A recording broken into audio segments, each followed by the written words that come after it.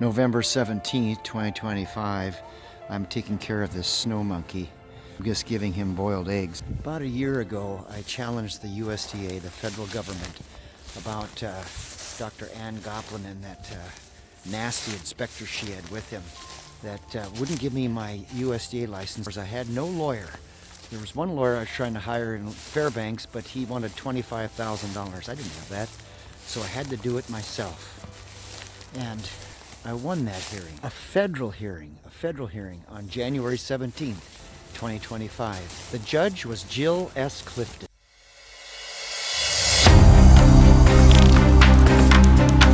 Mr. Kroschel and Mr. Rodriguez, that if I were from the bench, that's how I want it to go.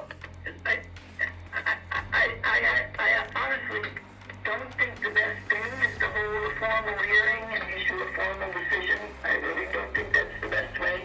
I think it's rather is some sort of a resolution that make sure that we don't allow the remedy to cause more harm than the alleged violation.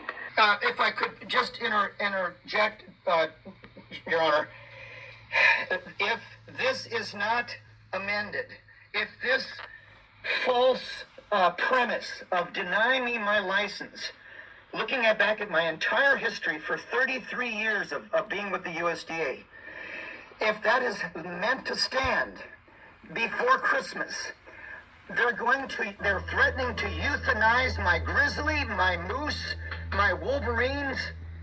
The Alaska Department of Fish and Game is going to step in. The U.S. Fish and Wildlife is going to confiscate my snowy owls. My entire 64 years of existence on this earth is taking care of animals.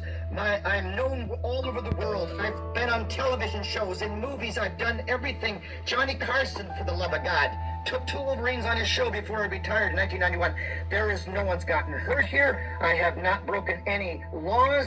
My track record through my whole life is there's nothing. It's this one little violation, so-called, that this inspector and Dr. Lemonique Wafer is letting stand, that holds me between survival and death out here. Mr. Rodriguez, Your Honor, I am pretty impressed with what I just heard. Isn't there some way you men can work this out? This should not be a federal case. And so the federal hearing occurred on January 17th, 2025. And I won.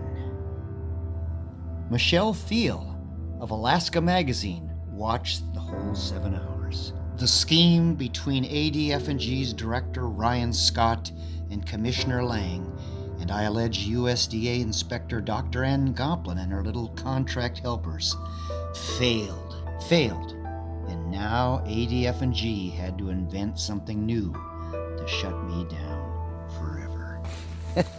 That pissed off Douglas Vincent Lang, and he did not want me to have that license.